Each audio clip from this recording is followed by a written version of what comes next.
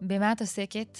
אני מחנכת כיתה י"ב. רכזת צעירים. אני ראש בית הספר לתקשורת. אני עובדת סוציאלית בתחום בריאות הנפש. סטודנטית לתקשורת. מורה בתיכון לבנות. שילוב בין בית לעבודה, משימה אפשרית? זו משימה מאוד מאתגרת, אבל זה אפשרי לגמרי. צריך לשאול את הילדים שלי. ודאי, אפשרי. אפשרית אבל מורכבת. אפשרית, אבל מאתגרת ודורשת. אם הייתי בעבודה אחרת, לא בטוחה שזה היה מתאפשר. הרצון באמת לעבוד בתקשורת, שזה שעות לא שעות, והרצון להיות אימא מאוד נוכחת. יש ילדים קטנים לילות בלי שינה, מחלות, עניינים. יש לי 2 ילדים שיצאו מהבית. עכשיו קל מאוד לשלב בין עבודה למשפחה. היום הילדים כבר גדולים, אז זה קצת אחרת. זה פניות יותר רגשית. כשאומרים לך עבודה, מה קופץ לך לראש? רשימת מטלות. התפתחות, צמיחה וגם עומס. אתגר. פיתוח אישי. אני מאוד אוהבת לעבוד. סיפוק. להרוויח. כשאומרים לך משפחה, מה קופץ לך לראש? שמחה. ילדים. אהבה. שמחה. וואו, זה הדבר הכי מדהים שיש בעולם. עולם. מה זאת אומרת? משפחה זה הכל.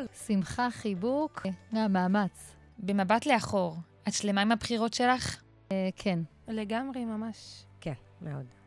מאוד שלמה. וואו, השאלה הזאת תפסה אותי לא מוכנה. זה תופס אותי לפעמים שלא תמיד הייתי מדויקת, אבל אני מאמינה שגם אם הייתי בבית, לא הייתי מושלמת.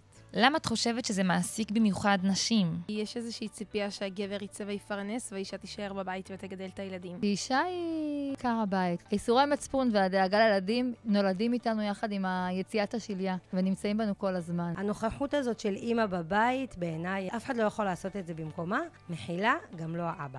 אני לא בטוחה שרק נשים מתעסקות עם זה. זה משהו בטבע של הנשים, אני חושבת. מה את חושבת על השינויים שהפמיניזם יצר בעולם בנושא הזה? נתן לה כוח הנשי להדהד ולתת לעולם את מה שיש לו לתת. עשינו דרך, אבל יש עוד דרך ארוכה. הרבה תפיסות מעוותות. שיש המון פערים עדיין שצריך לפתור. פערי שכר למשל, איך שמתייחסים לנשים בעולם העבודה. שיש דברים טובים ומבורכים, ויש דברים שירו לעצמנו ברגל. יש תרומה משמעותית מאוד של פמיניזם. ההתעוררות הזאת של נשים היא הכי גאולה שיש בעולם, שהלבנה חוזרת למקום שלה.